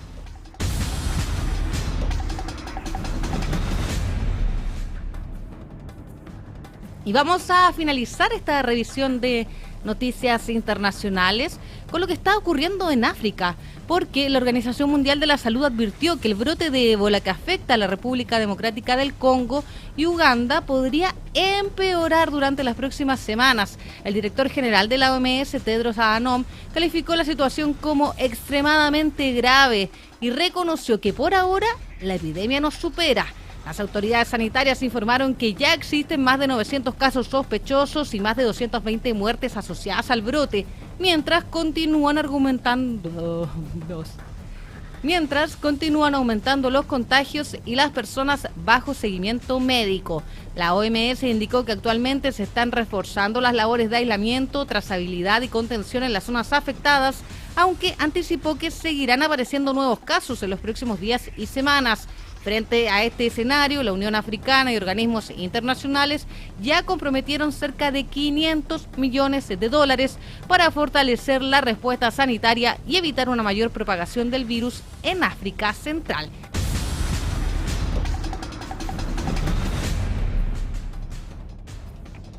Dejamos hasta aquí la revisión de noticias del mundo. Volvemos contigo. Gracias a la periodista Carmen Paz González por el informe internacional. Y ya estamos en contacto con nuestro periodista Joaquín Arias, quien nos va a traer las principales noticias del deporte. ¿Cómo está, Joaquín? Buenas tardes, bienvenido. ¿Qué tal, Ricardo? ¿Cómo estás? Así es, vamos a analizar un poco lo que fue la actualidad de los equipos de la región que quedaron justamente en el tintero el día de ayer. Y vamos a partir con Deportes Limache, uno de los equipos que había estado peleando en la punta del campeonato, pero que ha cedido un poco de terreno. Y aún más con la derrota que tuvieron el día sábado frente a Deportes La Serena, cuando perdieron por 4-1. Las anotaciones del conjunto de Deportes La Serena fue de Nicolás Stefanelli al minuto 19, Diego Rubio al 56 y la actuación especial obviamente de Felipe Chamorro, quien anotó al minuto 54 y también al minuto 84, mientras que el descuento de Deportes Limache fue justamente un autogol de Delgado en el minuto 58. Le ha costado justamente a este elenco dirigido por Víctor Rivero, luego de, la salida de César Pinares y quizás también lo que ha sido la lesión de Ramón Martínez, este jugador que había sido vital en el arranque del campeonato para el conjunto de Deportes Limache.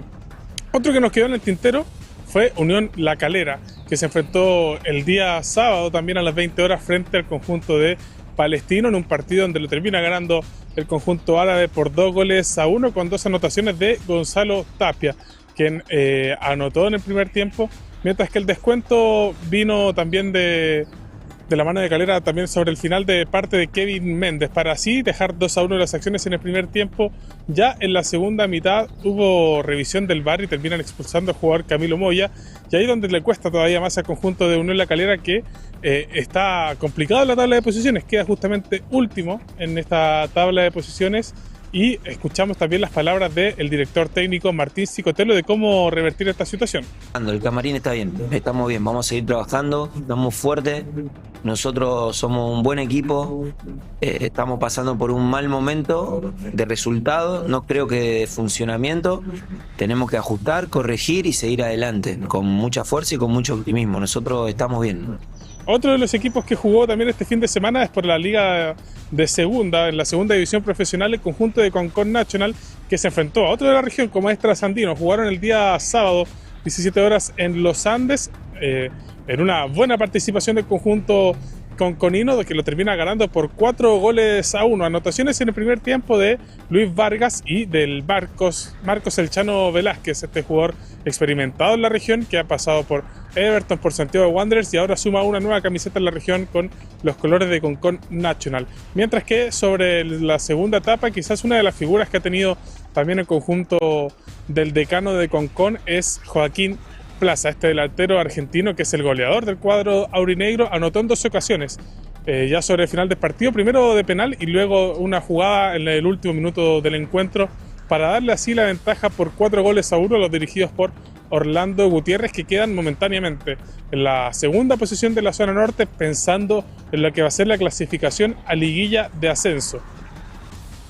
Y ya para cerrar este reporte de los equipos, ya no hablando ahora de la región, sino que hablando de los equipos nacionales que hoy día van a estar disputando copas internacionales. Y uno de ellos va a ser justamente el conjunto de Palestino, que si bien ya está eliminado de la Copa Sudamericana, va a estar a las 18 horas enfrentando a Deportivo Riestra en el Estadio Municipal de las Cisternas. Ya lo decíamos, 18 horas van a estar jugando Baisanos contra el conjunto de Riestra. Ambos equipos ya, Palestino ya prácticamente eliminado y Riestra ya también jugando una posible paso a octavos de final, pero bastante complicado. Otro de los equipos que juega hoy es O'Higgins frente a Millonarios. A las 18 horas van a estar jugando en Colombia. O'Higgins que depende de sí mismo para poder clasificarse a la siguiente zona del campeonato. Está en este momento tercero en la tabla de posiciones con 7 puntos, segundo está Millonarios con 8 y primero está Sao Paulo con 9. Un triunfo de O'Higgins lo estaría clasificando a la segunda fase de este torneo de la Copa Sudamericana.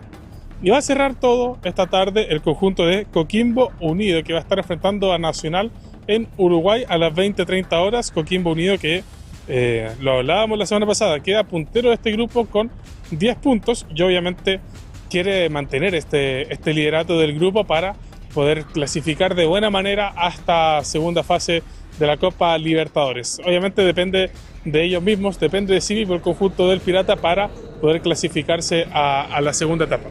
Eso es un poco el reporte de este día y vamos a estar muy atentos a lo que van a hacer los equipos nacionales en copas internacionales el día de hoy para comentarlo de lleno ya el día de mañana.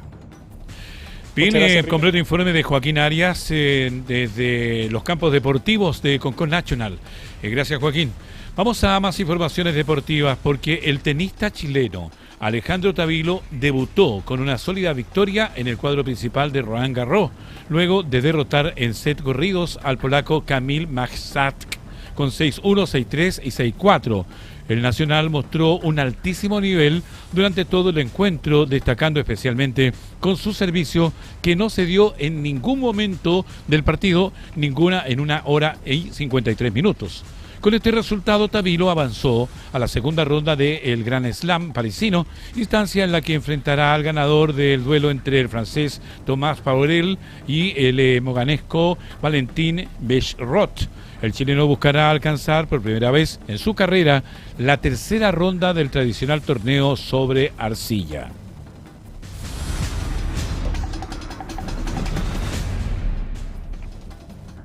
La presidenta de Azul Azul, Cecilia Pérez, realizó una autocrítica por el breve proceso de Francisco Meneghini en la banca de Universidad de Chile.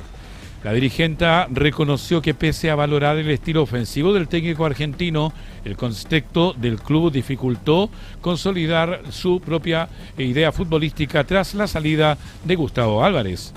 Pérez señaló que el plantel venía muy afiatado con el modelo anterior y que la adaptación al esquema de Meneghini fue compleja, situación que además se agravó por diversas lesiones de los jugadores titulares y refuerzos. Pese al fallido paso del entrenador, destacó sus cualidades personales y aseguró que su salida del club se produjo en buenos términos.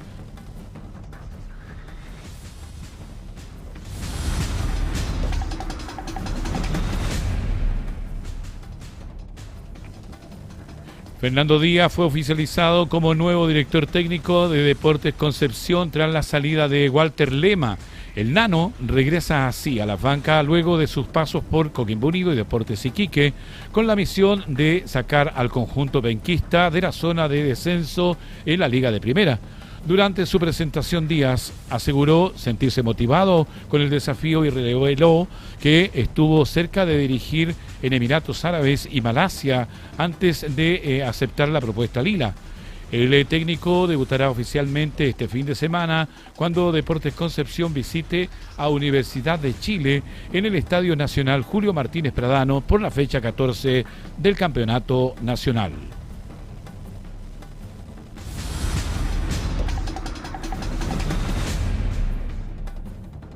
Vamos a revisar espectáculos en hora de noticias porque Tini Stossel volvió a sorprender a sus seguidores tras compartir románticas fotografías junto al futbolista Rodrigo de Paul, dejando atrás el hermetismo que ambos mantenían desde su reconciliación. La publicación se realizó en el marco del cumpleaños del seleccionado argentino y rápidamente se viralizó en las redes sociales. ¡Feliz cumpleaños, mi amor! Sos lo más lindo que tengo en este mundo, escribió la artista junto al íntimo álbum de imágenes, alimentando además rumores sobre un posible matrimonio.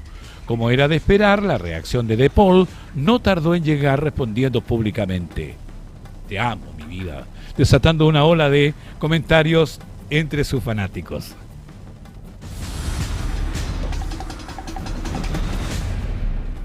Vamos a seguir revisando informaciones del espectáculo porque el cirujano plástico Cristian Arriagada quedó en el centro de la polémica luego de que en programas de espectáculo y redes sociales surgieran fuertes acusaciones sobre su comportamiento personal. Entre los testimonios más comentados están los dichos de Daniela Nicolás, quien calificó al médico como narcisista, además de revelaciones entregadas en televisión sobre el quiebre de la relación que ambos mantuvieron y que incluso estuvo cerca de llegar al matrimonio. A esto se sumaron declaraciones de la medium Sonia Valenzuela, quien aseguró que la fallecida periodista Javiera Suárez habría vivido situaciones complejas durante su relación con la Arriagada. Además, la tarotista afirmó que existirían conflictos familiares relacionados con el vínculo entre la madre de Javiera Suárez y su nieto, acusaciones que han generado un amplio revuelo en el mundo de la farándula nacional.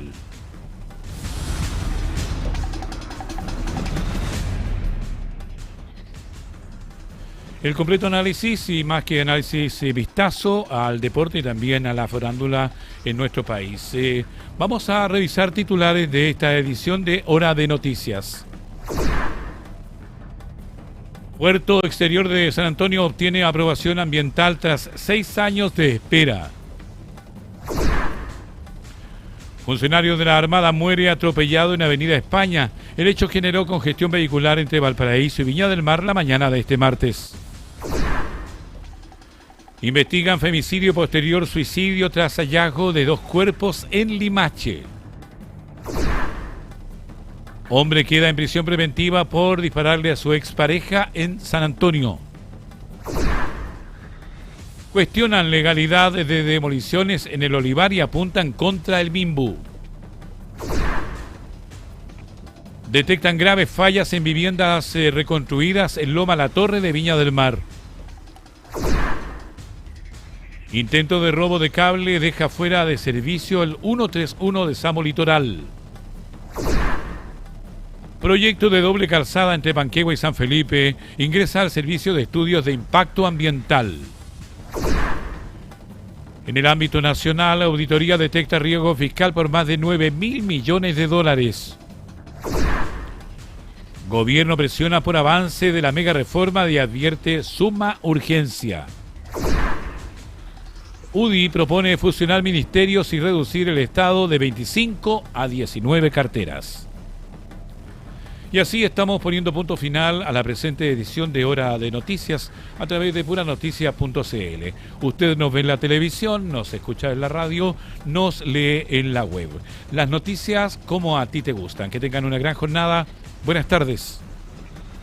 Puranoticias.cl presentó Hora de Noticias